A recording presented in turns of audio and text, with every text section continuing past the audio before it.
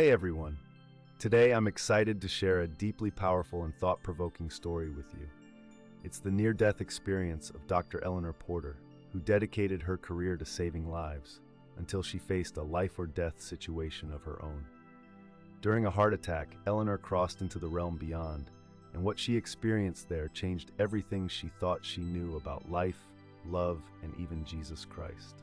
Her journey into the afterlife is filled with profound revelations, and the insights she gained, particularly about the nature of healing and divine grace, will leave you completely awestruck. After spending 3 decades as a heart surgeon at the medical center, my daily reality was often grasping the fragility of life. I've held countless hearts in my hands and witnessed the miracle of life returning to many who were lost. Throughout my career, I always viewed things through a scientific lens and confidently shared with my students that without oxygen, any thoughts or feelings were merely the last gasps of neurons firing off. I was certain of my beliefs, firmly skeptical of the existence of any divine powers. But everything changed one fateful day. It was February 3rd, and I was about to present my talk on the latest heart revival techniques at a medical conference in New York. The irony of it still makes me chuckle nervously. Just after concluding my presentation, I felt a sharp pain in my chest. In that moment, as a heart surgeon, I recognized it immediately. I was having a severe heart attack. Glancing at my Apple Watch confirmed my fears. My heart rate was sky high. Seated next to me was Dr. Nathaniel Park. I leaned over and said, "Nathaniel, an anterior wall myocardial infarction is happening." Official records later indicated that, according to the medical center in New York, I had been clinically dead for 17 minutes and 22 seconds. There was no heartbeat, no brain activity. Despite the team's efforts, which included defibrillation attempts 7 times, they were just about ready to give up when my heart miraculously started beating again. The experience of those minutes is something I could spend an entire lifetime trying to convey. But even then, it wouldn't scratch the surface. When my heart stopped, I felt a profound sense of detachment, as if I was floating above my own body. I could see the pandemonium in the conference room, my colleagues scrambling to save me. I could hear Dr. Olivia Grant urgently calling for epinephrine and watch the cardiac monitor flatline, indicating the dire situation. Then, an incredible shift occurred. The scene around me began to dissolve, and I found myself moving through a tunnel, but tunnel doesn't really do it justice. It was a corridor filled with radiant, vibrant light that felt alive, aware, and filled with love. In an instant, the excruciating pain vanished, replaced by a profound sense of peace. This is the moment when I encountered Jesus. He was not as I had previously envisioned, but rather a figure exuding warmth and compassion, wearing simple clothing that flowed like light itself. Instead of speaking in words, he conveyed emotions and thoughts directly into my mind. I felt an overwhelming sense of acceptance and understanding, as if every doubt I had harbored throughout my life was being gently swept away. Memories of my patients flooded my consciousness, those whom I had saved and those whom I had lost, and I experienced their joys and sorrows as if they were my own. As I drifted deeper into this celestial space, I noticed glimpses of the interconnectedness of all lives, the intricate web of relationships that bind us together. I became acutely aware of how each decision, no matter how small, ripples out and touches the lives of others. It dawned on me that my role as a surgeon had always been more than just a profession. It was my way of participating in the ongoing miracle of life, one heartbeat at a time. In that moment, I understood a truth that transcended the scientific knowledge I had once clung to. There was something undeniably sacred about our existence, an element of grace that cannot be fully explained through empirical evidence alone. As I stood in that radiant light, I felt a call to change, to embrace a more holistic view of healing, one that intertwines the physical, emotional, and spiritual aspects of life. Just as swiftly as this incredible journey began, I found myself being drawn back through the same tunnel, engulfed once more in the cacophony of the conference room. The sounds of alarms and cries of my peers resurrected me to the reality of my own existence. As I opened my eyes, surrounded by the concerned faces of my colleagues, I realized that every moment is a gift, and my life, as fragile as it may be, was now imbued with a newfound purpose. Emerging from that tunnel, I found myself in what felt like a realm of pure light. Everything was crystal clear, and interestingly, the brightness didn't hurt my eyes. That's when I first heard his voice. Eleanor, a voice called out, echoing from all directions. It was like it was coming from nowhere and everywhere at once. When I turned, there he was, and my entire perception of how Jesus appeared shifted radically. Dr. Nathaniel Park had always approached life through a scientific lens, and now, as he spoke to me, that framework felt suddenly inadequate. His voice was extraordinary, resonating not just in my ears but throughout my entire being. It wasn't exactly deep or high-pitched. Instead, it carried a blend of immense authority and boundless love. I understood him on a level that transcended mere words. "Eleanor, you've sought truth through science, which is commendable," he said. "But now, prepare to uncover even greater truths." As he reached out, his hand touched my forehead. I noticed the scars from his crucifixion. They weren't grotesque or painful to view at all. Instead, they shimmered, like badges of honor reflecting a profound victory. In that moment, I experienced a surge of knowledge, a glimpse into the very heart of creation that included not just the Big Bang, but all the scientific marvels I had studied throughout my life. Everything came together in a grand tapestry that showed me how every patient I had ever treated was crafted with divine intelligence. But the wonder grew even more breathtaking. He opened a kind of portal in time, allowing me to witness scenes from his earthly life.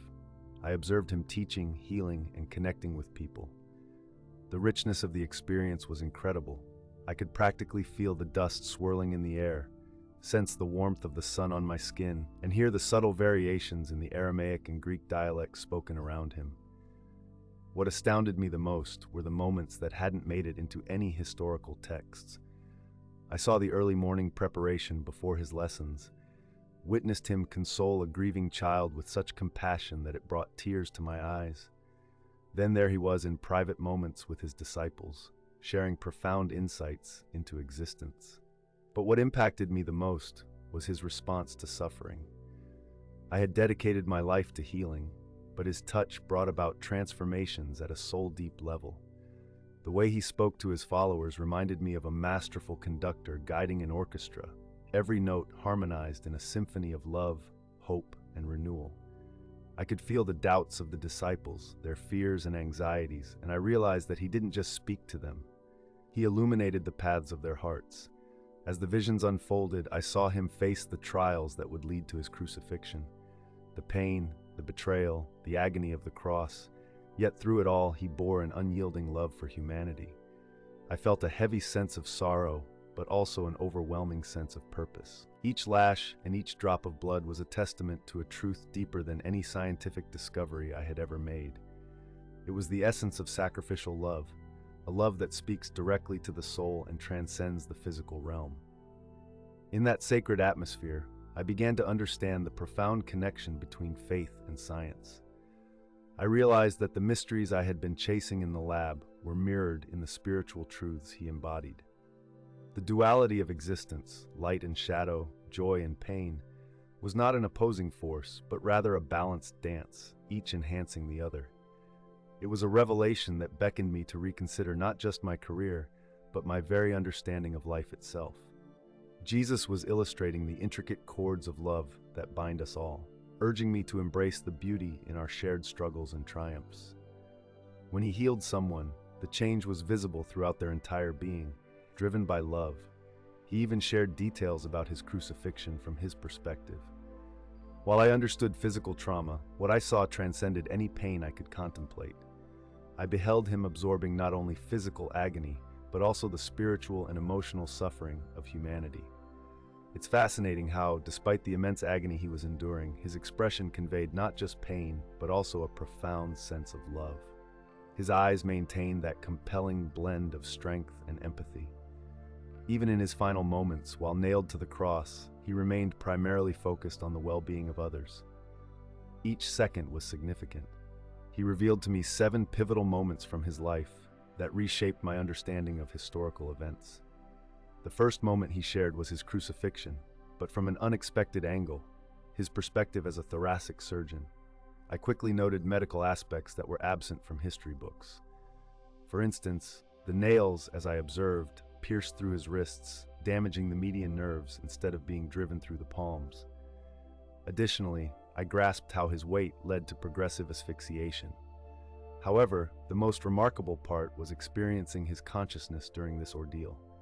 Though his body was racked with agonizing pain, his mind was set on something far greater. It felt as though he was not just experiencing physical suffering, but also absorbing the spiritual and emotional anguish of humanity, like a sponge taking in a vast ocean of despair. Then, I was taken back to a rooftop in Nazareth, where I witnessed a 12-year-old boy have a heartfelt chat with his mother, Mary. They communicated in Aramaic, and somehow I understood every word. He was expressing to her how he was starting to realize just how extraordinary he was, and I could sense her mix of pride and concern as a mother. The delicate balance of their relationship highlighted the duality of his future, both his human and divine natures. It reminded me how every leader must navigate love and duty, particularly when they know their path will lead to sacrifice. The next moment unfolded during the early days of his ministry, long before he performed any miracles. He encountered a family whose young son was battling acute lymphoblastic leukemia. Rather than immediately intervening, he chose to spend 3 days with the family, guiding them through the profound meanings of suffering and divine love. When he eventually healed the child, it transcended mere physical restoration. The entire family underwent a transformation. He spoke to them about hope, rebuilding their hearts in the face of despair and igniting a community that had lost faith. This healing was not just about curing the boy. It was about weaving a tapestry of human connection that illustrated the strength of love amid adversity. This pivotal experience set the tone for the compassionate teachings he would impart throughout his ministry, showing not just the power of miracles, but the necessity of empathy and presence in a world full of suffering. His approach taught them that healing could also mean spiritual enrichment and an awakening of purpose. The third moment was particularly poignant, the night prior to his crucifixion, just hours before his time in Gethsemane. He found solitude on the Mount of Olives, enveloped in profound communion, where he showed me the tapestry of all human history. He revealed how his impending sacrifice would intertwine with every single life. But it wasn't solely about past events. He also took me on a journey to glimpse heaven, hell, and to meet God the Father. Speaking of hell, what I witnessed was strikingly different from conventional beliefs. I have encountered plenty of severe physical suffering, yet hell didn't present itself as a site of active torment. Instead, it felt like a state of being utterly severed from divine love and truth. I saw souls who had crafted their own chains through the decisions they had made, trapped in their own self-imposed prisons. It's fascinating how certain beliefs can create a barrier between people and God. The suffering felt wasn't a punishment. Instead, it was a natural consequence of being disconnected from the ultimate source of goodness. As a physician, I noticed that their pain often seemed to feed on itself, much like an autoimmune disorder where the body mistakenly harms itself. What stood out to me were the myriad ways humanity attempts to fill the void created by this disconnection. I saw fragments of lives where individuals chased wealth, power, or fleeting pleasures in a bid to escape their pain. Some sought solace in destructive habits, while others abandoned the fight altogether, resigning their spirits to despair. Each choice rippled out into the universe, creating waves that affected not just their own lives, but the lives of those around them. The stark contrast between soulmates lost to self-inflicted turmoil and those who sought redemption was heart-wrenching.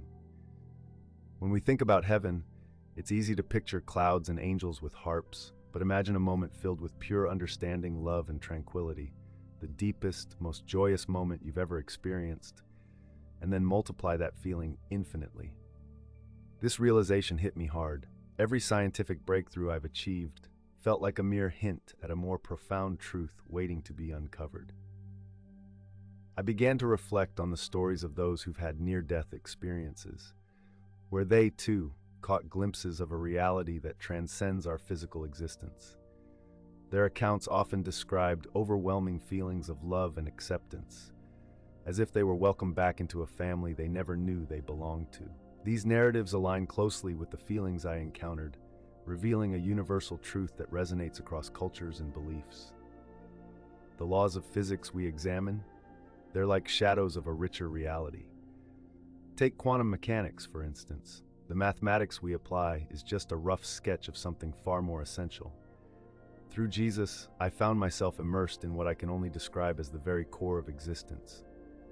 There was a presence there. Yeah, it was both intense and oddly comforting.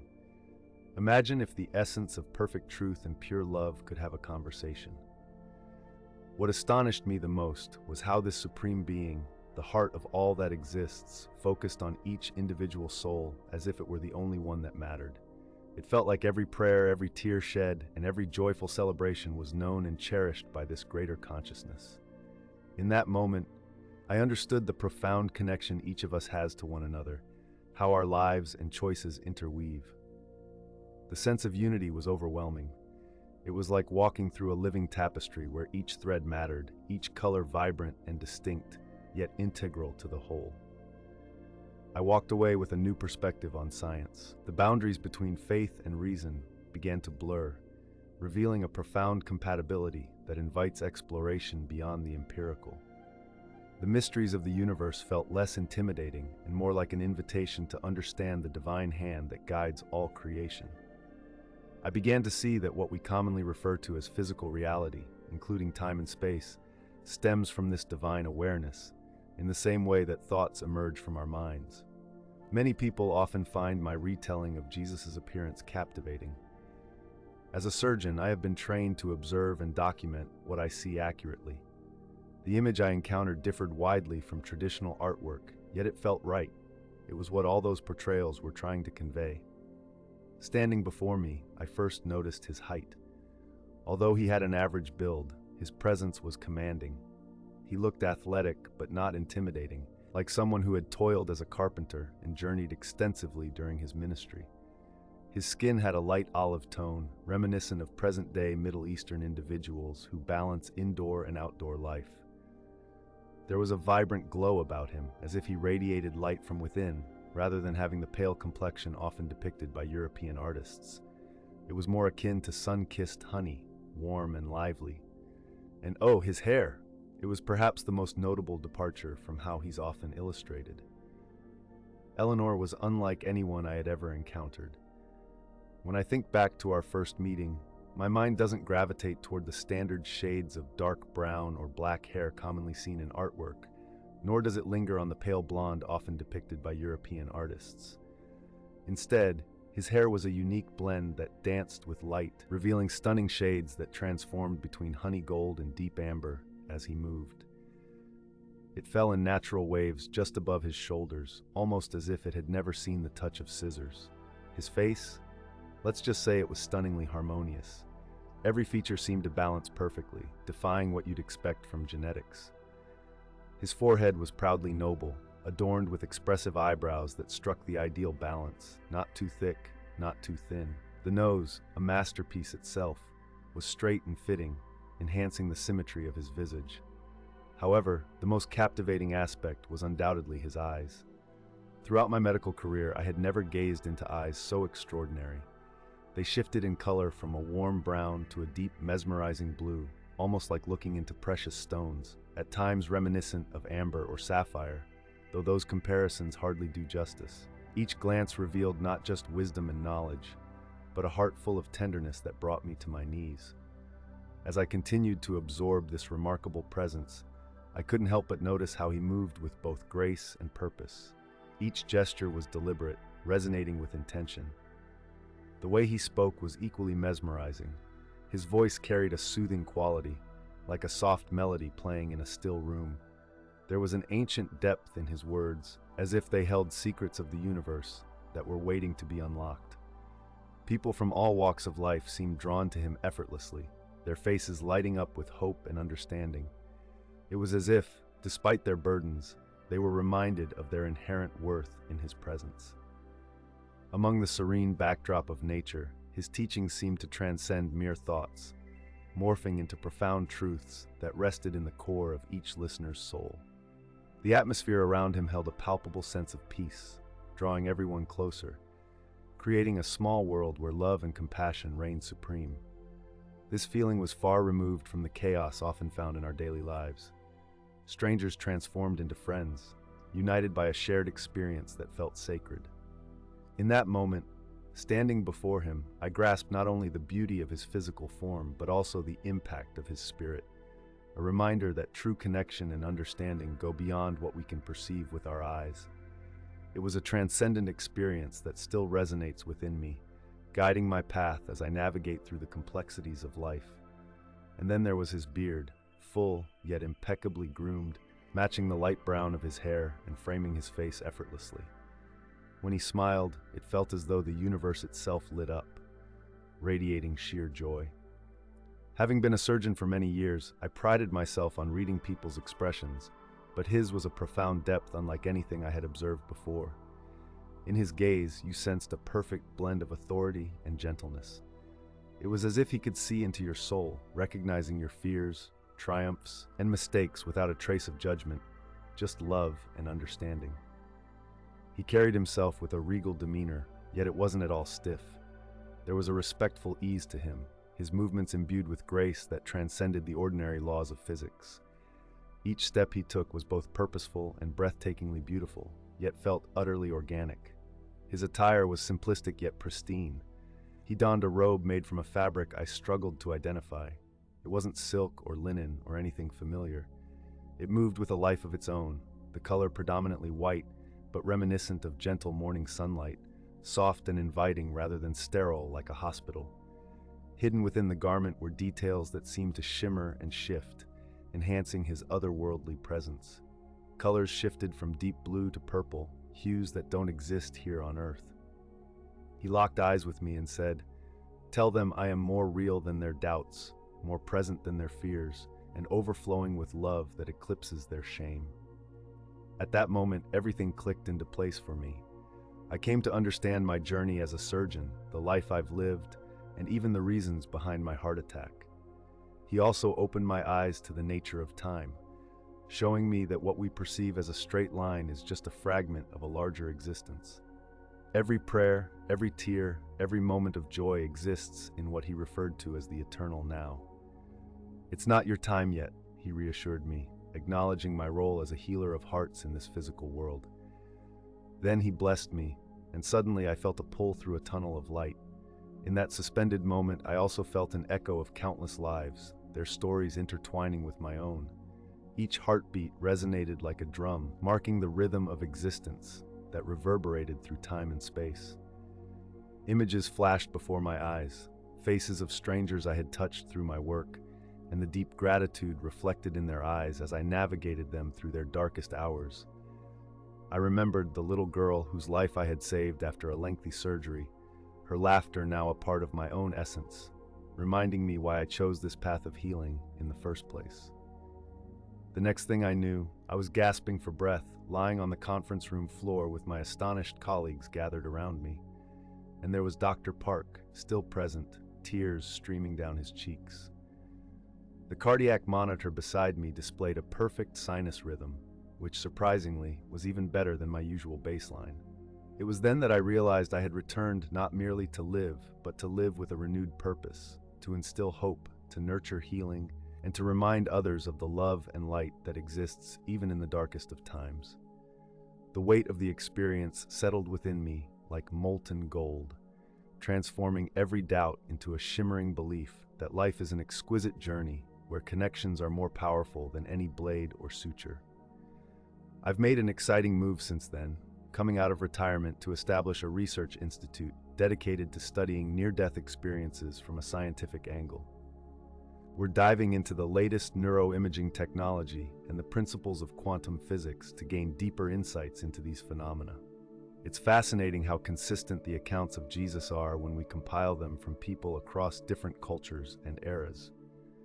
The descriptions people give, especially regarding aspects of his appearance that don't align with how artists typically portray him, are remarkably uniform. This consistency shows up repeatedly. His light brown hair, shifting eye colors, and distinctive skin tone appear in reports from individuals who have never met or compared notes. Interestingly, several cultures have historical narratives that include divine figures or prophets who exhibit traits aligning with these descriptions of Jesus. In some cases, individuals from indigenous traditions recount experiences that resonate with the classical accounts found in Christian texts, highlighting a universal aspect of spiritual encounters. The archetype of a benevolent guide has appeared in many belief systems throughout history, suggesting a potentially shared human experience or collective consciousness that transcends individual cultures. Having once been a skeptic myself, I appreciate their questioning. However, I urge them to consider this.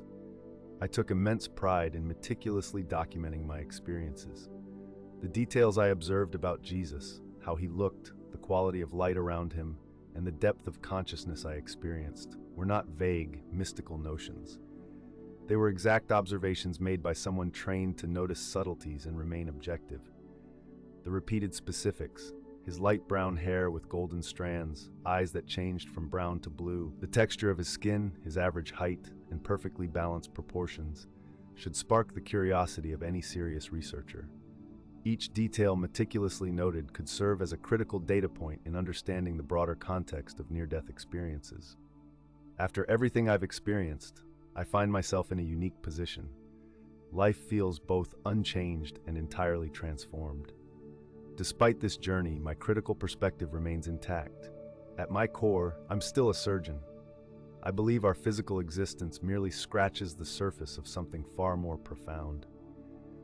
The intersection of medicine and spirituality has led me to explore not only the physiological effects of near-death experiences, but also their implications for our understanding of consciousness itself. I've taken to documenting every facet of my encounter in the hope that it will shed light on near-death experiences for researchers. Collaborating with artists who have walked similar paths, we've been working to create a more authentic representation of Jesus' appearance based on our memories. It's incredible to see how art can bridge these experiences. Art, after all, has the unique ability to express complex emotions and abstract ideas, enabling a connection that pure science sometimes cannot achieve. However, the most significant shift has occurred within me. If you've gone through something similar and found it hard to express, trust that you're not alone. As a medical professional, I've come to realize something profound. Consciousness can indeed transcend death. This truth strikes me now as our natural state. Many others who have undergone similar experiences testify to a profound sense of connectedness beyond the material world, often reporting transformations in their values and priorities after returning to life. This could suggest that our understanding of life and death needs reevaluation, and it poses intriguing questions about what happens to our consciousness as we transition from one state of being to another. For those who haven't shared in a similar experience, let me tell you about the Jesus I encountered. He had light brown hair and captivating eyes that shimmered between amber and blue. His proportions were flawless, and the love he radiated was more real than anything tangible in our world. He sees every detail of your life, every challenge you faced, and his love for you is so complete that it's almost beyond our understanding. In that moment, I felt as if all my burdens were lifted, as if the weight of the world had vanished, and I was enveloped in a warmth that spoke of hope and acceptance. It reminded me of the stories recounted in the Gospels, where Jesus interacts with the marginalized and the outcast, showing compassion to those society often overlooks. I remember hearing a story of a woman who touched the hem of his garment, believing that even the slightest connection could heal her suffering. That simple act of faith, that desire for connection, reflected the true essence of what I experienced. It wasn't just about the grandeur of a miraculous encounter. It was about the intimacy of knowing that you are seen and valued. It was as if time suspended itself, and in that sacred space, I understood that his teachings were not just historical lessons, but living truths that apply to our daily struggles and triumphs. As I stood there, I couldn't help but reflect on the countless individuals throughout history who have felt a similar encounter. From saints and philosophers to everyday people, their lives transformed by a moment of divine clarity. Each narrative added to the tapestry of experiences that illustrate how deeply intertwined love and faith are. It provoked in me a desire to share that love and to look beyond the superficial, to seek the essence of people rather than judge by appearances. In the stillness of that moment, I realized that this experience wasn't just for me. It was a reminder of the potential we all hold to spread such love into the world. His presence encouraged me to look at others with that same compassionate understanding that he bestowed upon me. Ultimately, it was more than just an encounter. It was a call to action and a promise that love can indeed change the world, one heart at a time.